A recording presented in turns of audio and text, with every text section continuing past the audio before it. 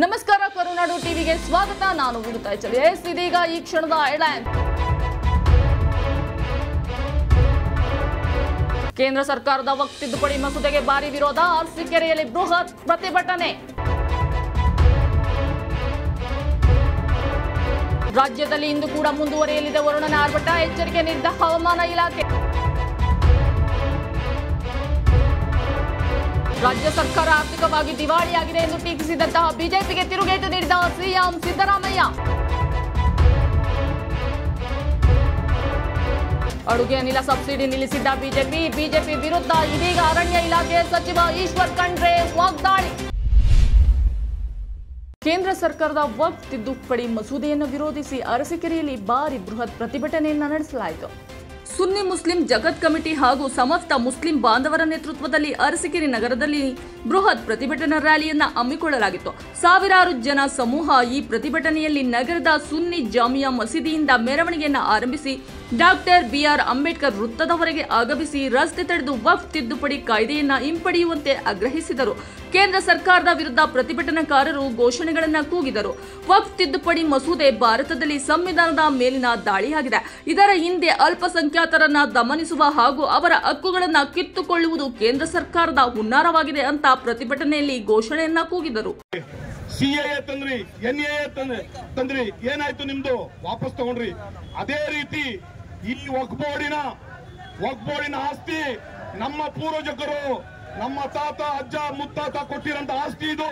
ಇದರಲ್ಲಿ ನೀವು ಹಸ್ತಕ್ಷೇಪ ಯಾವುದೇ ಅಡ್ಡಿ ಕಾನೂನಿಲ್ಲ ನಿಮ್ಗೆ.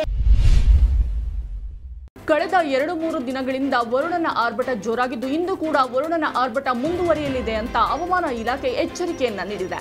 ರಾಜ್ಯದಾದ್ಯಂತ ಹಲವು ಜಿಲ್ಲೆಗಳಲ್ಲಿ ಪೂರ್ವ ಮುಂಗಾರು ಆರ್ಭಟ ಇಂದು ಕೂಡ ಮುಂದುವರಿಯಲಿದ್ದು, ಇಂದಿನಿಂದ ಮಳೆಯ ಪ್ರಮಾಣ ಕಡಿಮೆಯಾದರೂ ಕೂಡ ಕೆಲವು ಜಿಲ್ಲೆಗಳಲ್ಲಿ ಮಳೆಯ ಅಲರ್ಟ್ ಘೋಷಿಸಲಾಗಿದೆ. ದಕ್ಷಿಣ ಕನ್ನಡದಲ್ಲಿ ಮಾತ್ರ ಮಳೆಯಾಗಲಿದ್ದು, ಉಡುಪಿ ಹಾಗೂ ಉತ್ತರ ಕನ್ನಡ ಜಿಲ್ಲೆಯ ಒಣ ಹವಾಮಾನವಿರಲಿದೆ.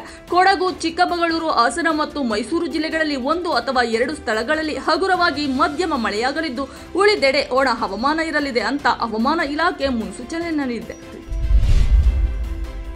ಬಿಜೆಪಿ ಸರ್ಕಾರ ನಿಲ್ಲಿಸಿದಂತಹ ಅಡುಗೆ ಅನಿಲದ ಸಬ್ಸಿಡಿ ವಿರುದ್ಧ ಇದೀಗ ಅರಣ್ಯ ಇಲಾಖೆ ಸಚಿವ ಈಶ್ವರ್ ಖಂಡ್ರೆ ಅವರು ತಿರುಗೇಟು ನೀಡಿದ್ದಾರೆ. ಕುಡಿಯುವುದಕ್ಕೆ ನೀರು, ತಲೆ ಮೇಲೆ ಸೂರು, ಹಸಿದವರಿಗೆ ಅನ್ನ, ಬದುಕಿಗೆ ಶಿಕ್ಷಣ, ಇವುಗಳನ್ನ ನೀಡುವುದು ನಮ್ಮ ಕಾಂಗ್ರೆಸ್ ಪಕ್ಷದ ವಾಗ್ದಾನ. ಇದೇ ನಮ್ಮ ಆಧಾರ ಸ್ತಂಭ ಎಂದು ಡಿಸಿಎಂ ಡಿಕೆ ಶಿವಕುಮಾರ್ ಅವರು ತಿಳಿಸಿದರು. ನನ್ನ ಹಾಗೂ ಬೋಸರಾಜು ಅವರ ಇಲಾಖೆ ಸೇರಿ 22,000 ಕೋಟಿ ರೂಪಾಯಿ ಅನುದಾನವಿದೆ. ಆದರೂ ಮೆಹಕರ್ ಏತ ನೀರಾವರಿ ಯೋಜನೆ ಹಾಗೂ ಔರತ್ ತಾಲೂಕಿನ 36 ಕೆರೆಗಳನ್ನು ತುಂಬಿಸುವ ಯೋಜನೆಗೆ ಸಣ್ಣ ಹಾಗೂ ಬೃಹತ್ ನೀರಾವರಿ ಇಲಾಖೆಯಿಂದ 1,322 ಕೋಟಿ ರೂಪಾಯಿ ಅನುದಾನವನ್ನ ನೀಡಲಾಗಿದೆ. ಈ ಭಾಗದ ರೈತರ ಬದುಕನ್ನ ಹಸನು ಮಾಡುವುದೇ ನಮ್ಮ ಉದ್ದೇಶ ಅಂತ ತಿಳಿಸಿದರು. ಹಿಂದಿನ ಏನು ಬಿಜೆಪಿಯ ಡಬಲ್ ಎಂಜಿನ್ ಸರ್ಕಾರ, ಡಬಲ್ ಧೋಕಾ ಸರ್ಕಾರ ಅಂತ ಹೇಳ್ಬೋದು, ಅವರು ಕಣ್ಣೆರೆಸುವ ತಂತ್ರ ಮಾಡಿ ಉಡಾನ್ ಯೋಜನೆ ಅಡಿಯಲ್ಲಿ ನಮಗೆ 3 ವರ್ಷ ಸಬ್ಸಿಡಿ ಕೊಟ್ಟು ಇವತ್ತು ನಾಗರಿಕ ವಿಮಾನಯಾನ ಪ್ರಾರಂಭ ಆಯಿತು. ಆದರೆ 2 ವರ್ಷ ಅವ್ರದೇ ಸರ್ಕಾರ ಇದ್ದಾಗ, ಅವ್ರದೇ ಕೇಂದ್ರ ಮಂತ್ರಿ ಇದ್ದಂತ ಸಂದರ್ಭದಲ್ಲಿ ಎಲ್ಲರೂ ಎಷ್ಟೇ ಒತ್ತಾಯ ಮಾಡಿದ್ರು, ನಾಗರಿಕ ವಿಮಾನಯಾನ ಸೇವೆ ರದ್ದಾಯಿತು. ಯಾಕೆಂದ್ರೆ ಸಬ್ಸಿಡಿ ಕಸ್ಕೊಂಡು ಬಿಟ್ಟಿದ್ರು. ಗ್ಯಾರಂಟಿ ಯೋಜನೆಗಳಿಂದಾಗಿ ರಾಜ್ಯ ಸರ್ಕಾರ ಆರ್ಥಿಕವಾಗಿ ದಿವಾಳಿಯಾಗಿದೆ ಎಂದು ಟೀಕಿಸಿದಂತಹ ಬಿಜೆಪಿ ನಾಯಕರ ವಿರುದ್ಧ ಇದೀಗ ಮುಖ್ಯಮಂತ್ರಿ ಸಿದ್ದರಾಮಯ್ಯನವರು ತಿರುಗೇಟು ನೀಡಿದ್ದಾರೆ. ನಮ್ಮ ಸರ್ಕಾರ ನುಡಿದಂತೆ ನಡೆದಿದೆ. ಚುನಾವಣಾ ಪೂರ್ವದಲ್ಲಿ ನೀಡಿದ್ದ 5 ಭರವಸೆಗಳನ್ನ ಕಾಂಗ್ರೆಸ್ ಸರ್ಕಾರ ಜಾರಿ ಮಾಡಿದೆ. ಗ್ಯಾರಂಟಿಗಳನ್ನ ಜಾರಿ ಮಾಡಲು ಸಾಧ್ಯವಿಲ್ಲ ಹಾಗೂ ರಾಜ್ಯ ಆರ್ಥಿಕವಾಗಿ ದಿವಾಳಿಯಾಗುತ್ತದೆ ಅಂತ ಪ್ರಧಾನಿ ನರೇಂದ್ರ ಮೋದಿ ಅವರು ಹಾಗೂ ಇತರ ಬಿಜೆಪಿ ನಾಯಕರು ಟೀಕೆ ಮಾಡಿದ್ರು. ಕಾಂಗ್ರೆಸ್ ಪಕ್ಷ ಕೊಟ್ಟ ಮಾತಿನಂತೆ ನಡೆಯುತ್ತಿದೆ ಎಂಬುದನ್ನ ಜನ ಇದೀಗ ಅರಿತಿದ್ದಾರೆ.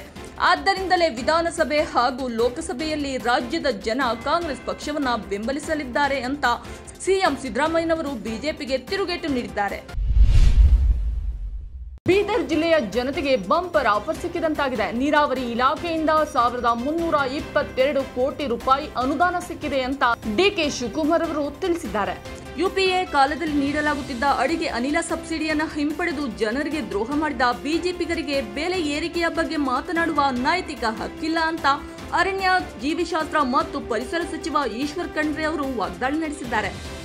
ಬೀದರ್ ನಗರದ ನೆಹರು ಕ್ರೀಡಾಂಗಣದಲ್ಲಿ ನಡೆದ 2025 ಕೋಟಿ ರೂಪಾಯಿ ಮೌಲ್ಯದ ವಿವಿಧ ಮೂಲ ಸೌಕರ್ಯ ಅಭಿವೃದ್ಧಿ ಯೋಜನೆಗಳ ಉದ್ಘಾಟನೆ ಮತ್ತು ಶಂಕುಸ್ಥಾಪನೆ ಕಾರ್ಯಕ್ರಮದಲ್ಲಿ ಪ್ರಾಸ್ತಾವಿಕವಾಗಿ ಮಾತನಾಡಿದ ಅವರು, ಉಡಾನ್ ಯೋಜನೆಯಡಿ ನೀಡುತ್ತಿದ್ದಂತಹ ಸಬ್ಸಿಡಿಯನ್ನ ಕೇಂದ್ರ ಸರ್ಕಾರ 3 ವರ್ಷದ ಬಳಿಕ ನಿಲ್ಲಿಸಿದ ಕಾರಣ ಬೀದರ್ ನಾಗರಿಕ ವಿಮಾನಯಾನ ಸೇವೆ ಕಳೆದ 1.5 ವರ್ಷದಿಂದ ಸ್ಥಗಿತವಾಗಿತ್ತು. ಹೀಗಾಗಿ ಬೀದರ್ ಜನರು, ವ್ಯಾಪಾರಸ್ಥರು, ಸಾಫ್ಟ್ವೇರ್ ಉದ್ಯಮಿಗಳು, ಪ್ರವಾಸಿಗರು ವಿಮಾನ ಹತ್ತಲು ಹೈದರಾಬಾದ್ ಮತ್ತು ಗುಲ್ಬರ್ಗಕ್ಕೆ ಹೋಗಬೇಕಾದಂತಹ ಸ್ಥಿತಿ ನಿರ್ಮಾಣವಾಗಿತ್ತು. ಇದೀಗ ರಾಜ್ಯ ಸರ್ಕಾರವೇ ಸಬ್ಸಿಡಿ ನೀಡಿ ವಿಮಾನಯಾನ ಸೇವೆಯನ್ನ ಆರಂಭಿಸಿದೆ ಅಂತ ತಿಳಿಸಿದ್ರು. ಇದಾಗಿತ್ತು ಇವತ್ತಿನ ಪ್ರಮುಖ ಸುದ್ದಿಗಳು. ಇಂತಹ ಮತ್ತೊಂದಷ್ಟು ಸುದ್ದಿ ಸಮಾಚಾರದೊಂದಿಗೆ ನಾನು ನಿಮ್ಮ ಮುಂದೆ ಬರ್ತೀನಿ. ನಮಸ್ಕಾರ.